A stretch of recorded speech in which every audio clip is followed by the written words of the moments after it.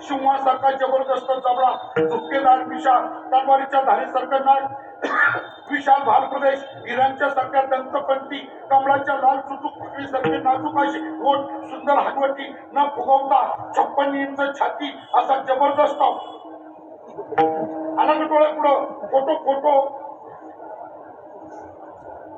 काढला, फ्रेम तयार केली, भिंतीला लावला आणि ज्याचा फोटो येतो तो 80 वर्षाचा झाला. पाहुणे